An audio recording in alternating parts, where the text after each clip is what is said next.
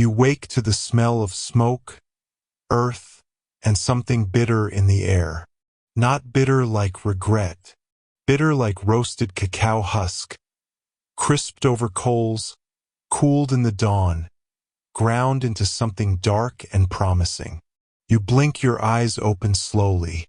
The thatched roof above you shifts with a bird's passing shadow. The mat beneath your back creaks like a polite old friend saying, "You're up." Outside, the jungle hums with its usual operatic confidence. Parrots are already squabbling in the ceiba trees. Somewhere nearby, a monkey misjudges a leap and crashes into a thicket with a comic rustle. You stretch your arms, slow and unbothered, like a lizard basking on a temple step. The morning has no intention of rushing. Neither do you. You've got chocolate to make. Of course, it's not your chocolate, not really. You just prepare it. You roast it, grind it, mix it. You froth it like your life depends on it, which technically it does. It's meant for the temple, for the nobles, for the king who likes it with a little chili and a lot of foam. You, dear mixer, are the quiet magician behind the most luxurious drink in the known world. And right now, the beans are calling. You step outside into the mist-wrapped clearing. The village is just beginning to stir. A woman walks past balancing a clay pot on her head, and without breaking stride mutters, "You smell like ash," a compliment in these parts. It means you've been working. Here's your cheeky warning for the night. You probably won't make it through this day, because between the scent of cacao, the murmur of jungle life, and the slow, rhythmic grind of stone on stone, you'll be too relaxed to care what time it is. But that's fine. That's what this is for. While you settle into your waking breath, a few things about your world. You live in a modest home near a sacred cacao grove. The trees don't grow tall, but their pods are plump and serious. The gods are fond of these trees. According to stories, one of them fell in love with a mortal woman who only drank cacao, and rather than becoming mortal himself, he became a tree. Romantic, slightly inconvenient, but romantic. You harvest pods carefully, slicing them open with a stone blade, plucking the slick white seeds from the mucilaginous pulp, and letting them ferment in woven baskets until they smell less like fruit and more like mystery. That's the first step in making royal chocolate. You let it rot on purpose. Here's your historical anchor for the section. The ancient Maya were among the first civilizations to cultivate cacao systematically. They fermented the beans, dried them, roasted them, and ground them into a thick paste mixed with water, chili, and sometimes corn or flowers. It was usually served cold, frothy, and unsweetened. Chocolate in sugar form wouldn't appear until thousands of years later. You reach for the drying basket. The beans are ready. They've turned from slippery seeds into crisp, dark beans that rattle like bones in a gourd. You pour them into a clay pan and set it over the fire. You don't rush. Chocolate doesn't like haste. It likes heat, patience, and the occasional stirring from someone with a good singing voice. So you hum, a simple tune, something your grandmother used to sing when frogs were loud and the fire was slow. You think it may have been about jaguars or love or how to tell if a god is lying. Hard to say. The beans roast, and with them, the air fills with that scent. The one that makes nobles tilt their heads and sigh as if they've remembered a dream from childhood. Smoky, bitter, lush. The smell of wealth, ceremony, sacrifice, and snack time, all in one. Here's your obscure cultural tidbit for the hour. Among certain Mayan scribes, It was believed that cacao was the blood of the gods, fermented in divine stomachs, digested by stars, and gifted to humanity as a consolation for mortality. Some believed that every time you drank it, you owed a story in return. You turn the beans slowly. The skin split. You can hear it. The tiny pops, like whispers from seeds shedding their masks. You pour them into a cool basket, rubbing them between your palms to flake off the husks. Your hands are now a strange shade of dusk. It's time to grind. You fetch your metate, a curved stone slab with centuries of memories etched into its surface. The grinding stone fits your hand like a sibling. You pour the roasted beans onto the slab and begin. The sound is soft, slow, stone on stone, pressure and rhythm. You press forward and pull back, forward and back, like the tide. The beans crack, crumble, resist, surrender. A paste begins to form, thick, dark, slightly oily from the cacao butter that blooms within. This part always feels like magic. You didn't invent this, of course. Your grandmother did it. Her grandmother. 1,000 hands before yours, each with their own favorite blend. But as the paste thickens, you start to hum again. And in that hum is the smallest echo of pride. And tired wrists. Now the frothing. You pour the paste into a tall ceramic vessel. Add water, cool and clean, and then comes the technique that separates the mixers from the amateurs. You pour. From high above, in a long ribbon of brown silk, you pour the mixture into a second vessel. And then back. And again. Over and over. The air catches in the liquid, and the foam rises, light and velvety, fragrant and almost alive. This is what the king wants. Not just chocolate, a performance in every cup. Here's a detail scholars like to argue over. Some believe that certain frothing techniques were passed down as guarded secrets, like spells. Others think it was simply muscle memory and repetition. Either way, a good frother could be invited to serve at court, or at least avoid temple taxes for a season. You, it turns out, are a good frother. You ladle the drink into small clay cups. No sugar, of course, that's a fantasy from a land across the sea, still centuries away. Here, the additions are different. Pinch of chili to sharpen the tongue. A dash of annatto for color and subtle earthiness.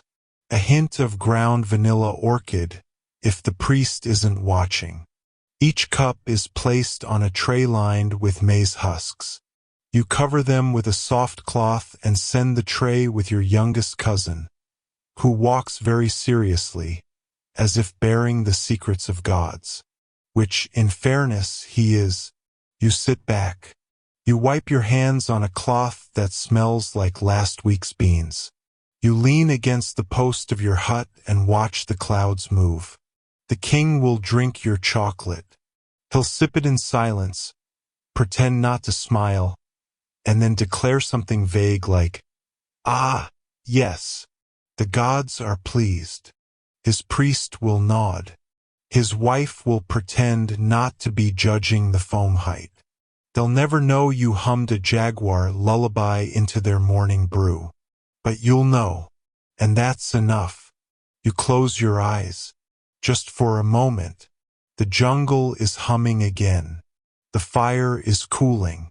The metate is resting, waiting for the next batch. You've earned a moment. Sleep may take you now or not. The chocolate will always be here. Foaming. Waiting. Warm. The next day begins before the sun decides to show up. There's a soft rustle outside your door. Feet in the dirt. A gentle cough. Someone pretending not to need your help urgently. You groan softly into your woven pillow. The mat beneath you is still warm from your body, and the thatched roof above sighs as if to say, "Not yet." But the cacao doesn't wait. You roll upright, the same way the moon rolls into the sky, slowly, with some reluctance and a little flare. Outside, it's still half-night. The stars are fading like spilled cornmeal across the black. A distant howler monkey makes an ill-tempered announcement about nothing in particular. You open the door flap. Stay on. He's young, but already shaped like a man who has been personally insulted by the sun. He stands awkwardly, shifting his weight from foot to foot, holding a basket. "They want chocolate," he says. You blink. "They always want chocolate." "No, now," he says, shoving the basket into your arms. "For the ball game." "Ah, of course. Today is the Paktapak, the sacred ball game. A match between two teams, played in a stone court that echoes every kick and shout like a canyon full of ghosts. Nobody's quite sure whether it's a celebration, a prayer, a performance, or a political stunt. Most likely all four. What is certain, however, is that everyone wants chocolate on game day, especially the players. They think it gives them energy. You're not entirely convinced, but hey, frothy courage is still courage. The beans in the basket are fresh from the king's personal grove. Fatter, glossier, smugger than village beans. You sniff one and sigh. You hate how good they smell. Fine.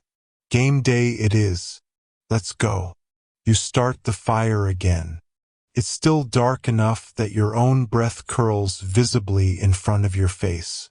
You sit cross-legged beside the hearth and begin to roast the royal beans. They crackle with approval, releasing that deep, smoky sweet perfume. Curls around your shoulders like a shawl. Here's a strange but true historical fact to warm your thoughts. Elite Mayan ballplayers were sometimes offered cacao before matches, both for the burst of energy and the ritual significance. Cacao wasn't just food. It was performance fuel, sacred medicine, a mood, and an offering all at once. You grind. Back and forth, the rhythm returns. Your arms protest slightly. You tell them to hush. The paste begins to form again. Silky, thick, glistening under firelight like the ink of the gods. You add a whisper of chili, a pinch of crushed dried flowers, and something else. A few drops of honey from the stingless bees kept in a hollowed gourd near your hut. Not traditional, but you're feeling generous. Besides, nobody's told the king yet. Now comes the real art, frothing. You pour the mixture from one clay vessel to another, raising your arms higher with each pour. It ribbons into the cup, catching light, frothing like a storm cloud in a bowl. It's hypnotic, mesmerizing, a little bit arrogant, honestly, and it works. The foam settles high and proud, like a noble's headdress on festival day. You cover the cups, secure them in a padded basket, and pass them back to Taeon, who accepts them with reverence and maybe a little fear. "You spill that," you say, "and I'll feed your sandals to the dog." He runs. You chuckle softly and stretch your fingers, still dusted with chocolate. You hear a flute in the distance, the first call of the ball game. It echoes through the village. Children squeal. A drum thuds twice, solemn and deep. The court is waiting. You walk slowly to the edge of the central plaza, where the temple steps meet the court's edge. The stone bleachers are already filling with spectators, some wrapped in embroidered cloaks, others bare-chested with painted arms. Everyone leans in the same direction, toward the field of sacred chaos. There, the players stand, arms crossed, stoic as gods in the mist. And there, just visible, is your cousin, still holding the chocolate tray, eyes wide as moons. He made it. Miracles exist. Here's your obscure cultural tidbit for the day. Among some Maya groups, cacao was believed to help players communicate with their ancestors during the ballgame. Dreams and visions after drinking it were recorded by priests, who interpreted them as omens. Some players even described seeing flickering red birds or shadowy jaguar shapes during the match. Your attention returns to the court. The game begins. A heavy rubber ball, nearly the size of a watermelon, is hurled into play. The players, wearing thick hip pads, twist and hurl themselves with shocking grace, using only their hips, elbows, and knees to move the ball. No hands. Never hands. It's mesmerizing. Like dance, but with bruises. The crowd gasps and cheers. Birds scatter from the trees. The high priest watches from his shaded platform, unmoving except for the occasional sip of, yes, your chocolate. You grin. As the game heats up, you find yourself back at your hut, sitting with your tools. There's still some cacao paste left, and your hands remember the rhythm. This time, there's no pressure, no court, no nobles, just you, and the story in the cup. Here's something historians still argue about. Some believe that cacao was reserved only for elites in classic Maya society. Others point to evidence that commoners also consumed it, perhaps not daily, but during feasts and festivals. The lines between sacred and everyday weren't always as firm as we think. Chocolate, like so many things, flowed in both temples and kitchens. You sip. The bitter flavor is grounding. No sugar, just fire, bean, water, and time. Tastes like home. As the sun climbs higher, the game ends. Cheers rise like steam. Someone wins. Someone else pretends not to be furious. You can hear laughter, music, the unmistakable pop of tamales being unwrapped. A celebration begins. And you nap. Just a little. The mat calls. The roof hums. The jungle purrs. You drift sideways into the quiet space between wake and dream, where ball games last forever and nobody ever spills the chocolate. From jungle winds to divine recipes, you learn the bittersweet politics of Mayan cacao. You wake slowly, to the sound of rain tapping the roof like 100 little fingers drumming their own tune. Not storm rain, no, this is the sleepy kind, the sort that makes the clay smell richer and the birds pause their songs. The air is thicker today, the kind of thick that makes your clothes feel opinionated. You sit up and stretch, joints popping gently like toasted maize.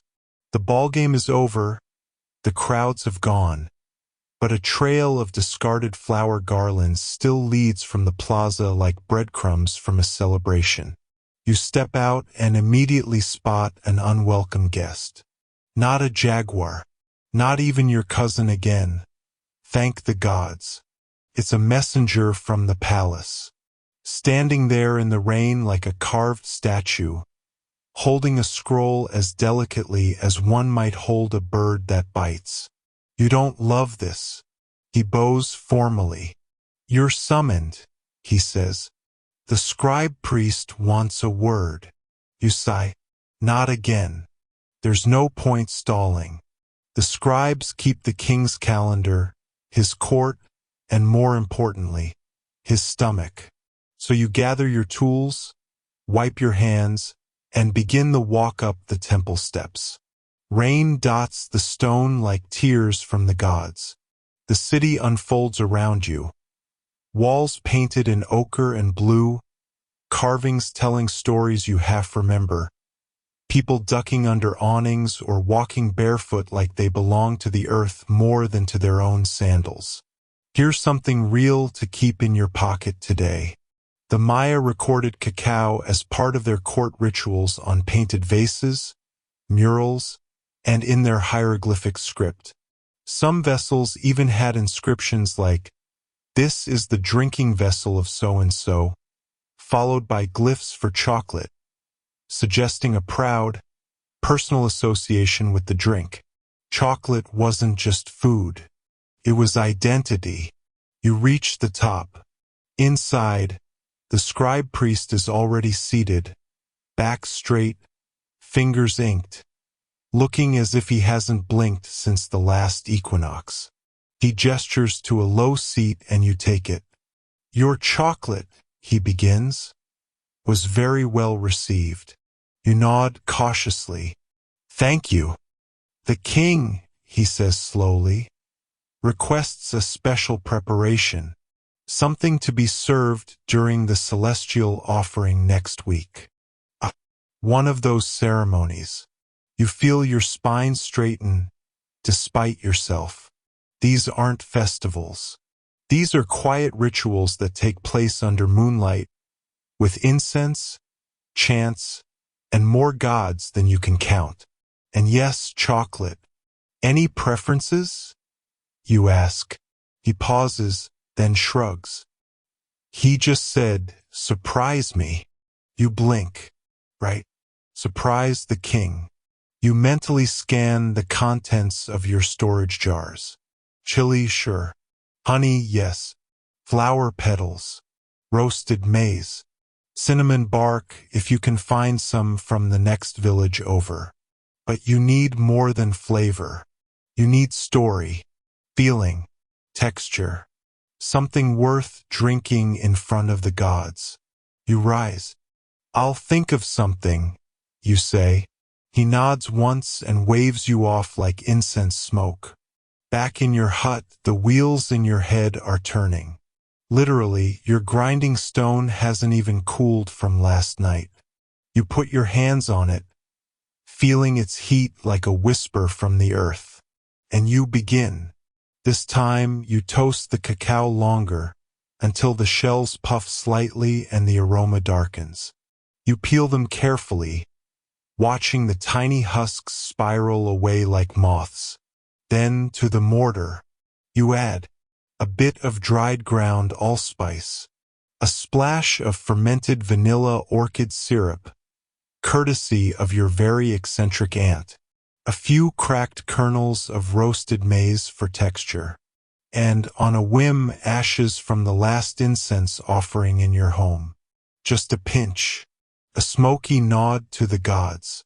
Your arms ache, but the mixture begins to hum. It's smooth and oily, dark as moonless sky, flecked with spice and memory. You pour and froth again and again. The foam rises high, defiant.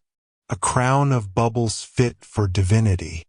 Here's your obscure tidbit for today. Some Mayan cacao preparations were thickened with maize or even tree bark extract, depending on the ceremonial use. Variations in texture and spice signaled different spiritual intentions. The gods didn't just care what you offered, they noticed how you sip. Strange, deep, slightly bitter, slightly sweet. A drink that tells secrets.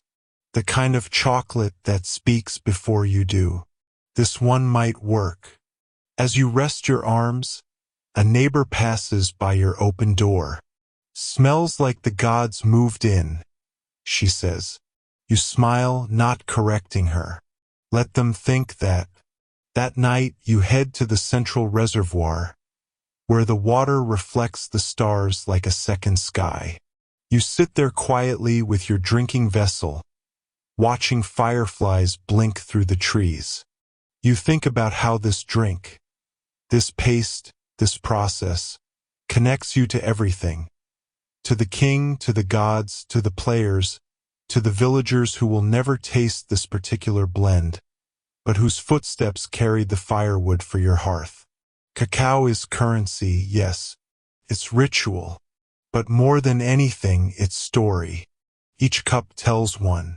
Sometimes loud, sometimes quiet, but always there, woven into the foam, the spices, the hands that stirred it. Here's something scholars still argue over. Was chocolate offered to the gods, or consumed in their presence as a form of shared ritual? Some inscriptions suggest priests drank it during sacrifice ceremonies, while others imply that vessels were left behind, untouched for divine guests. As always, the answer is possibly both, possibly neither, possibly it changed with the weather.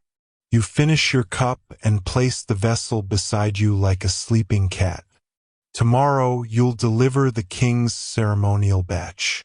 You'll walk the same path, nod to the same guards, and pretend, just for a moment, that you didn't hear the scribe say, "Surprise me," with the tone of someone who hasn't been surprised since the last dynasty.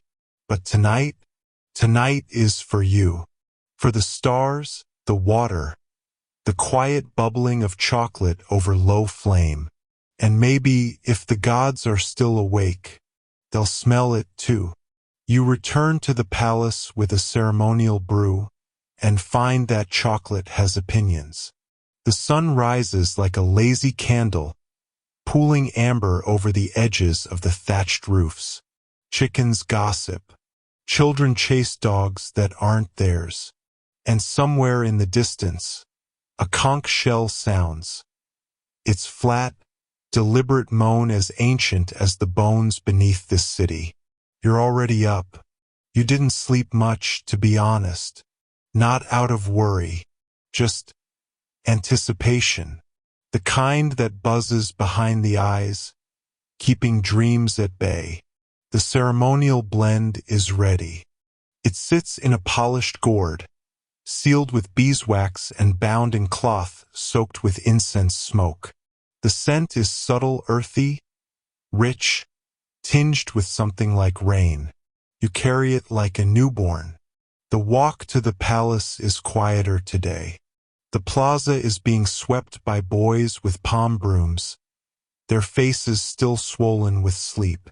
A parrot mutters insults from a balcony. Somewhere, someone is already roasting chilies.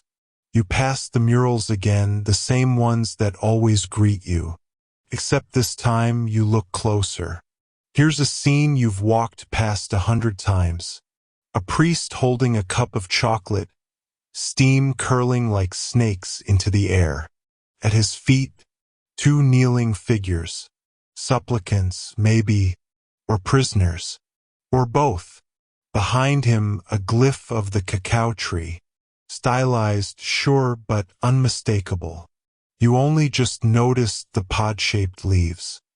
Here's a historical morsel to chew on as you walk.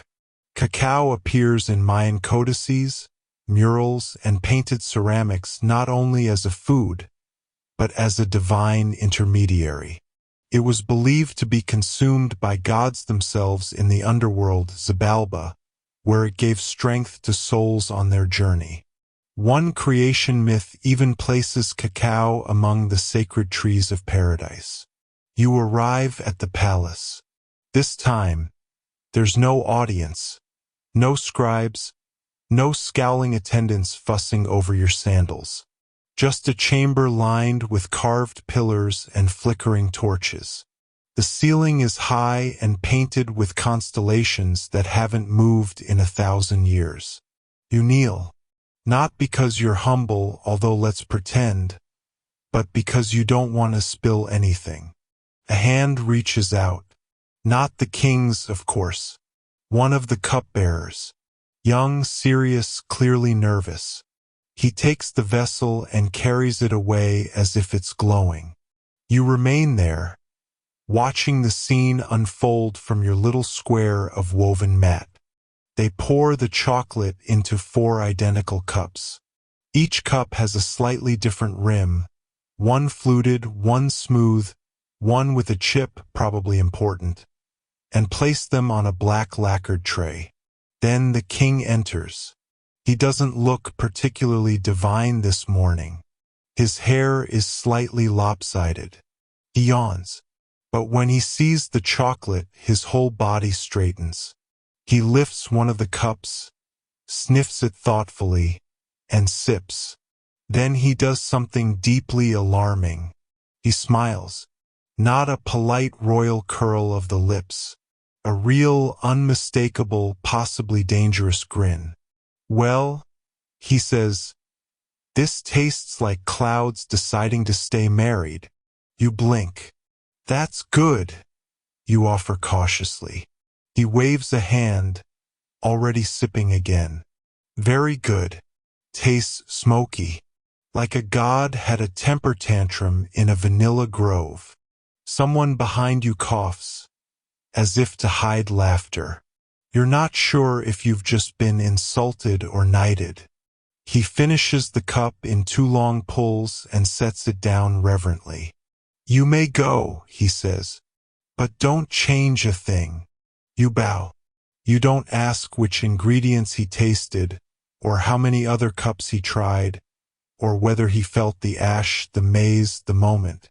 You walk backward, slowly, and slip out into the sun. Here's today's obscure gem. Elite Mayan chocolate was often served in elaborately painted ceramic cups, many of which were buried with nobles as grave goods. The imagery on these cups sometimes included not only cacao trees, but scenes of gods consuming the drink themselves, suggesting that humans were imitating divine behavior in a very literal sense. Chocolate wasn't a luxury. It was a performance of closeness to the divine. Back at your hut, you're greeted like a returning warrior, which is to say, your neighbor nods from her hammock, and a goat walks into your doorway uninvited. You're not done, of course. Now the real challenge begins. The ceremonial batch was for one occasion, but the king has tastes, preferences, patterns. If you're not careful, he'll want clouds deciding to stay married every week. You sit down with your pestle and think, what is the flavor of clouds? Is it vanilla or memory? Is it the soft bitterness of burnt bark, or the grainy grit of roasted maize? You realize with a sigh that flavor is a language, and you're still learning its alphabet. Still, the work soothes you. You roast a new batch of cacao. This time you whisper to it, not because it'll listen, but because you do. Here's something scholars still wrestle with. Did Mayan cacao preparations change seasonally, or even daily? Some evidence suggests the ingredients were highly localized and fluid, adjusted according to ritual, weather, or personal whim. Recipes were rarely written down. Knowledge passed through hands, not scrolls. This means that each chocolate drink was both ancient and new, never exactly the same, always part of a lineage. You finish grinding and wipe your hands on your tunic. The smell of roasted cacao sticks to your fingers like time. Later, at the river, you watch a woman paddle a canoe filled with flower garlands and calabashes of fermented honey drink. She hums a tune with no lyrics and no end. You lie back on a flat stone and stare up through the branches. The cacao trees in the distance are in bloom. Their tiny flowers, white, pink, almost shy, cling to the trunk itself. Not the branches, the trunk. Like they're afraid of being too high, like they want to stay grounded. You understand that. The wind shifts. You hear a bird call you don't recognize. It might not be for you, but you answer anyway. After all, everything is conversation here. The trees, the foam, the whispers in the chocolate. Everything speaks. Even if most of us have forgotten how to listen.